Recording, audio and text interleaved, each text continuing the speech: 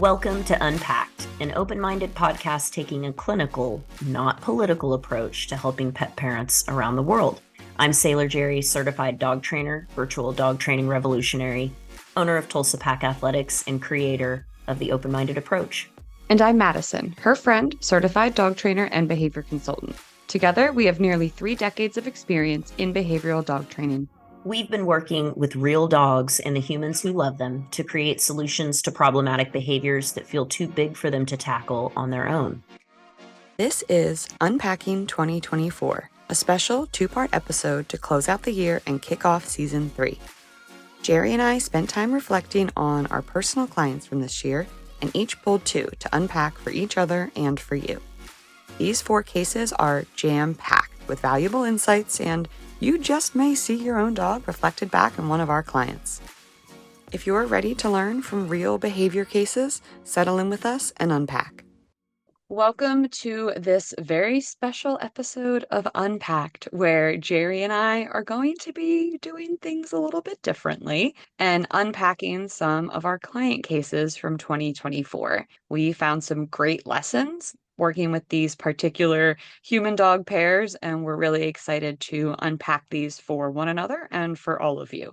I have no idea what cases that Jerri's brought, and she really doesn't know about the cases that I've brought. So this is a great opportunity to hear us in real time puzzle through a case together. Well, I certainly am excited to do it this way. It's a little bit different for everybody. We dissect these cases so much. I think it's nice to do like a little mini dissection and just go some of the highlights and some of the things that we thought were really good strategies or maybe background that we thought was useful in this case to connect those dots together for people. So I'm excited, just like you are. It's going to feel a little bit rapid fire because we have 4 cases, whereas normally we're taking 4 episodes to work through one case. So it's going to be a little bit different. But the format that we're going to use, we decided ahead of time. First, we're going to give a little introduction and then go through the case background and then talk about our approach and then the outcome. And I drew I don't know if it's the short stick or not, but I get to go first. So the first case that we are going to be looking at is Mochi. And I have a soft spot for any dog named after a food.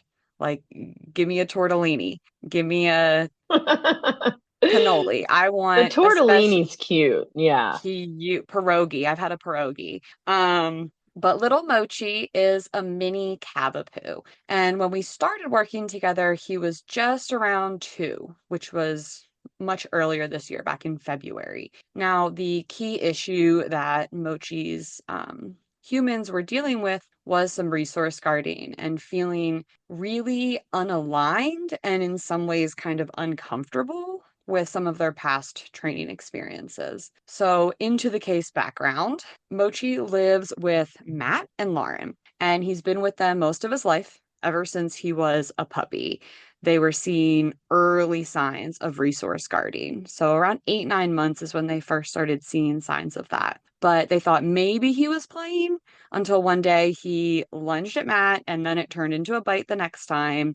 And by the time they came to me, they had both been vet and been through 3 different trainers. So trainer 1 was, from what I can understand, just really overly corrective. I sometimes write down exact phrases during consults because it can help capture like not just the information, but the information behind the information. And I wrote down what they said. The context. Yeah. The exact words were, "What this woman did to our puppy was cruel." That's how they felt from their trainer. And this is where I've said to you, Jerri, like, people come to us having been really hurt in their relationship with trainers and being like, they have a reason to be mistrustful. And so I try and think about this case and other clients like this who have just had a real breakdown in that professional trust. And so this told me that they cared a lot about using compassionate methods that they could feel good about. Right. It's one of those ways I know someone is going to be a good fit for me, is because they don't just care about the results. They care about how they get there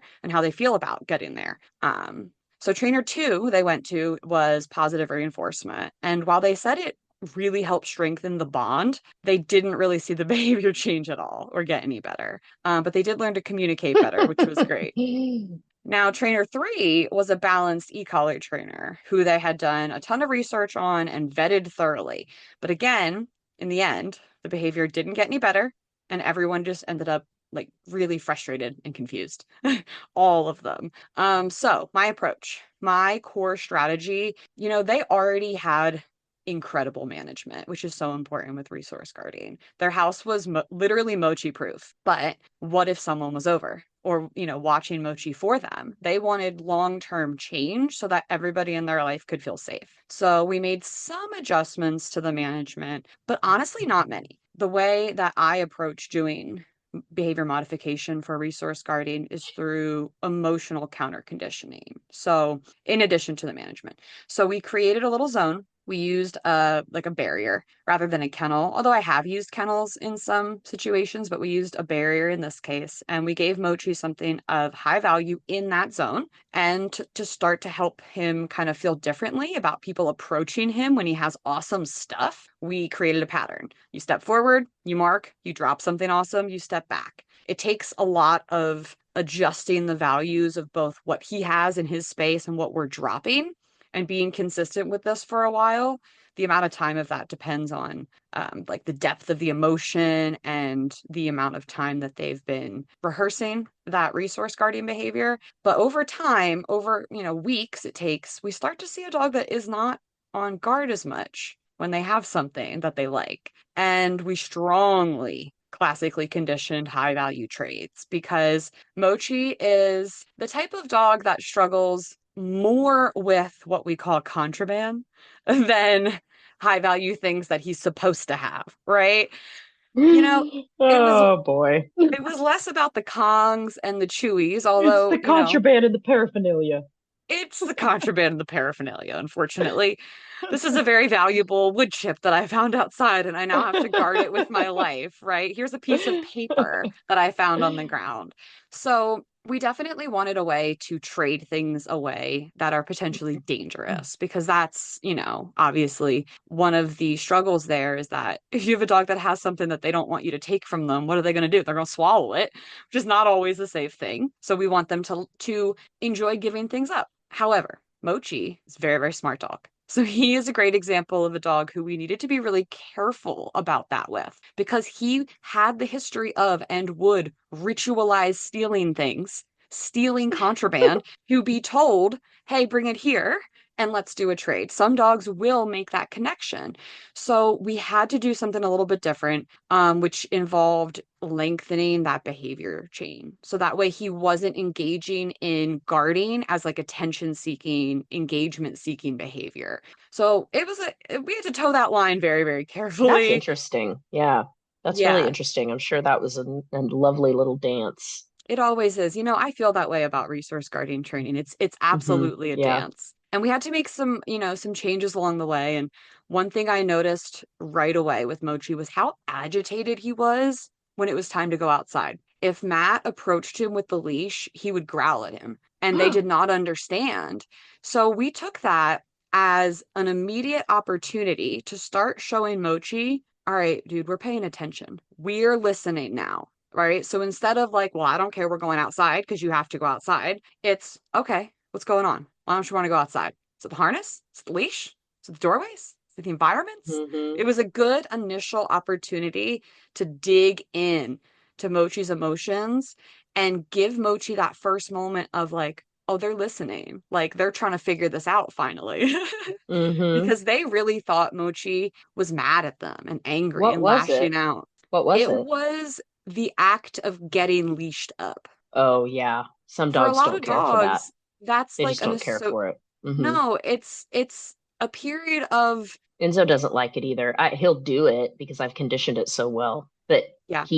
I can tell that he's purposely standing off over away from me Mm. because he just doesn't care to have a leash on. I mean, I get it. There's a lot of reasons that can be an off-putting process. But I think for us it was like on top of everything else, also a good opportunity to start showing Mochi you can decide when you're ready. Like you can have a say Hmm. in some of this. This is something where Yeah. you don't like, it's not life or death for you to go outside right this very second. If we have to put the leash down and go out and try again in 20 minutes, we can do that, right? So it was a chance to repair the relationship a little bit and build up a new form of communication where Mochi knew that the other party was listening. So the outcome of this case is honestly, he made amazing progress in our time together, really truly. But more importantly, well, equally importantly, his humans felt really good about how they got there. They still have some other like reactive behaviors that they're dealing with, but I got a message from them a few weeks ago. They said, "Hey Madison, I hope you're doing well. I'm writing because Mochi has been doing fantastic. While he still has tendencies to resource guard, his ability to disengage has been so much improved since our time working with you. Treats are our lifeline, and we notice he really does not like to be reactive with the leash as long as we get him to come to us." So that was the huge change in not just getting dressed on the leash, but I think in their relationship was we let him come to us. We let him tell us when he's ready for these things. It was all about communication. So, Madison, looking back and thinking about the resource guarding cases that you've had, what are one or two things that you feel consistently across the board that you are telling these people from the onset? Like, what are some of the first things that I know you spoke about management and how important that is, but what is there something that you have noticed, no matter what the situation, it's across the board, you could tell Yeah. that to people that have resource Yeah. guarders? That they need to make a safe space for their dog where their dog can have something and know it will never be taken. And that can be a place to rebuild because other than when I've seen it in like very, very young puppies, which I have seen, this is the result of learning that they have a reason to feel that their possessions are threatened. Right. And now Mochi was a dog that was showing this at very, very, a very, very young age. But the truth is that every time a puppy has something awesome and it gets snatched, they learn that their stuff is not safe and they're going to respond in the only way that dogs know how. Mhm. And resource availability is one of the biggest drivers of behavior, period. And this is a very ritualistically reinforcing but problematic behavior, right? Because if a dog lunges at you and you back up, they're like, "Oh, okay, that's how I keep this safe." And things can escalate pretty quickly. So that's one of the first things is it's not just management in terms of trying to keep your dog from getting things that they shouldn't have. It's also rearranging your life so that way you have clarity and giving them a space to enjoy and let their guard down. Because if they don't learn to let their guard down, then they're always going to be on guard. So you need to give them a place where they can really put their guard down and teach them to come away from things that they like. Yeah, I think that's some really good general advice. Resource guarding is such a widespread issue among dog owners. Another widespread issue, separation anxiety. Oof. Oh, yeah. I have always a couple of clients on my roster at any given time that are there for separation anxiety. And a recent one that stuck out to me is Hallie and Teddy, and they live in San Francisco. And Teddy is what looks to be some kind of healer mix, maybe a Mm, little Aussie in there somewhere, an indiscriminate little cattle dog mix. yep. He's very cute. But he had some pretty serious separation anxiety. I mean, Teddy would be what we classify as a stage 5 clinger.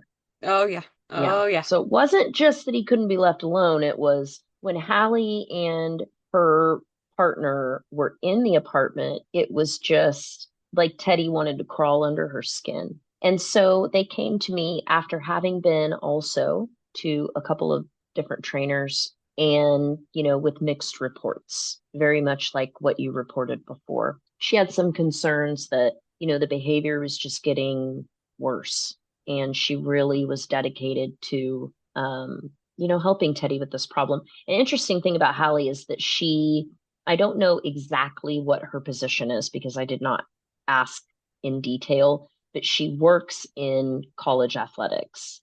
Hmm. And so it was nice to train with her because I could use a lot of terms from like coaching and sports that really resonated with her. And she was a really, really fun client for me. You can also Um, tell people who are, you can always tell people who are not new to training as a Right. concept and showing up and being Yeah. consistent and getting in your reps. That's exactly the kind of language that I used with her, and thankfully it really resonated. So I noticed pretty early on that separation anxiety, isolation anxiety was not little Tedward's only problem.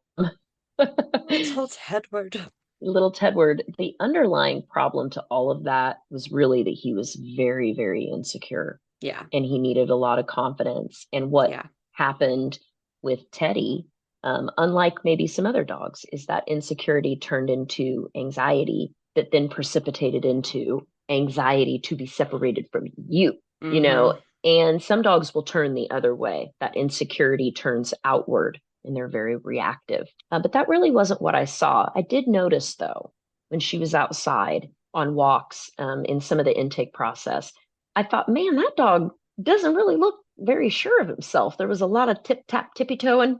There was a lot Yeah, of looking around. He wouldn't get up on certain, tables or walk over yeah. certain things on the ground.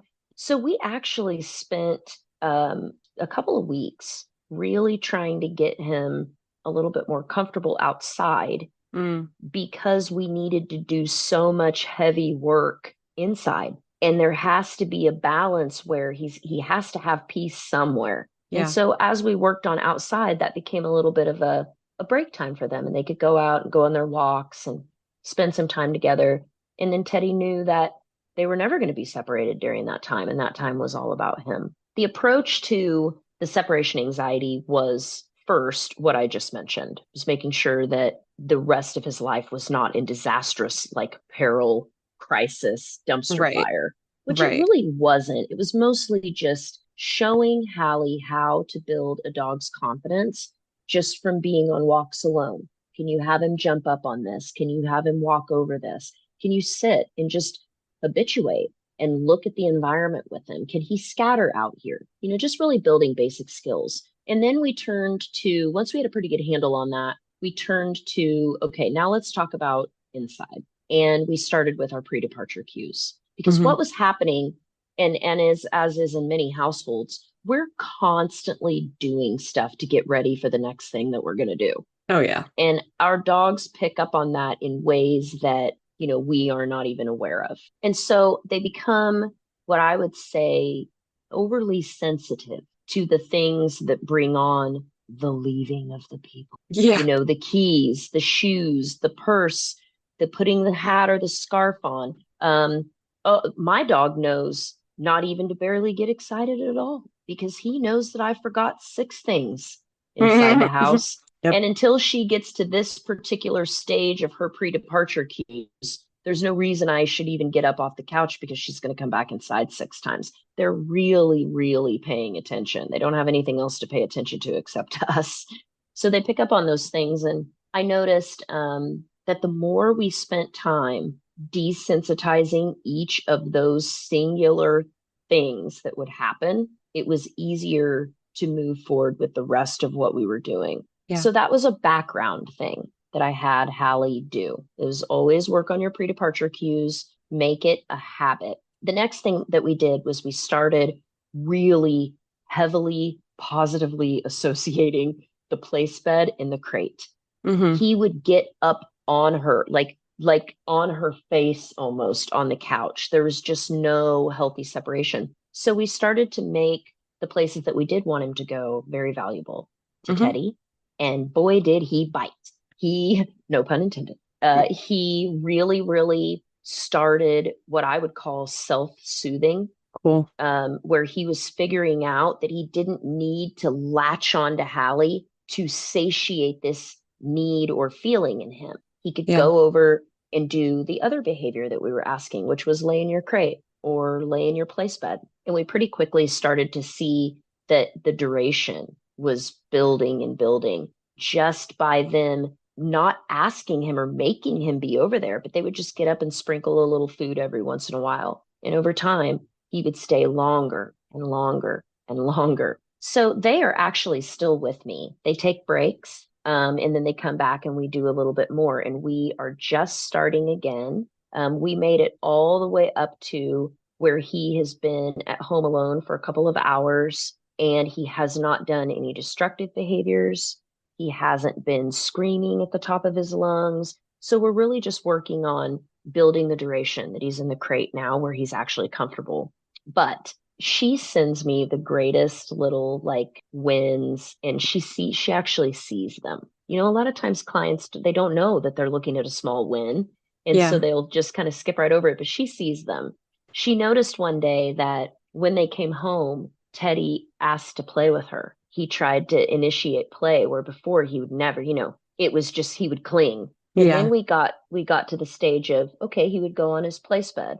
He would come, he would get some affection, and then he would go to the other end of the couch. So it started to really be very natural. And I think what they both are looking for, I don't think Teddy wants to be a stage 5 clinger. I think Teddy was uncomfortable. That's the only thing he knew how to do. So he's been doing really well outside too. He looks really happy outside.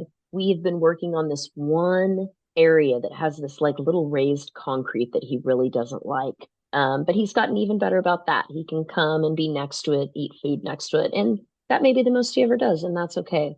But it's helped to build his confidence and let him know that he is capable of doing things. And I think that that is reflected on the work that we're doing on the inside. So they are very happy. Like I said, they have been with me for repeat packages to keep seeing this thing through, and I'm just really proud of them. Can you talk a little bit more about the self-soothe and just kind of like ways in which you saw that crop up with Teddy and ways in which you were able to kind of use that in, I'm sure, different areas? Yeah, I think we all have to think about ourselves in that situation. And, or maybe you have children, people that are listening, maybe you have children. For the rest of my life, I can't have my mom here holding me and patting my back. I would love that. We would all love to be soothed by another all of the time, but we can't. That's just the reality of life. And we also know that people beings that are capable of either calming themselves down or hyping themselves up or any of the things that take place on the inside that nobody's helping you do it. You got to figure it out on your own. That stuff is good for us. It's Hmm. good for our spirit. It's good for our own like structure and Our discipline to our brain. life. Yeah, it's good for our brain. Hmm. So I think what I saw with Teddy was again, you don't need to be under my skin. If you're feeling uncomfortable, the answer is not to climb up under me and make me also feel uncomfortable. So let me show you what you can do when you're feeling like that. And then, of course, reinforcing the bed and the crate. And it was just the cutest thing in the world to watch that dog go into his crate and lay down all on his own. And he's not being punished. Nobody makes him go there. No, she's never said, Teddy, get away from me and go to your crate. She's never said that to him. It's only just been all his choice. And then we make his choice very attractive. We make the Hmm. choice we want him to make very, very attractive. But self soothing could look different, across the board for training. I think when we generally use that term, it's normally meant, can my dog figure out how to calm down and lay down on their own? Can they get to a spot where they can just be at peace and quiet and have stillness Hmm. without me making them, without Hmm. me, doing something actively to make that happen? That's what I think of anyway. Yeah. Come back next month as we kick off season 3 with part 2 of this special episode. Unpacked was created by Jerri Sheriff and Mattison Simpson, edited and produced by Josh Wasta under the supervision of Straight Up Dog Talk LLC and Emily Breslin. If you are enjoying this podcast, follow or subscribe to be sure you don't miss an episode, and leave us a review on your favorite podcast platform. Looking for more honest and relatable dog content? Check out our sister podcast, Straight Up Dog Talk. See you next time.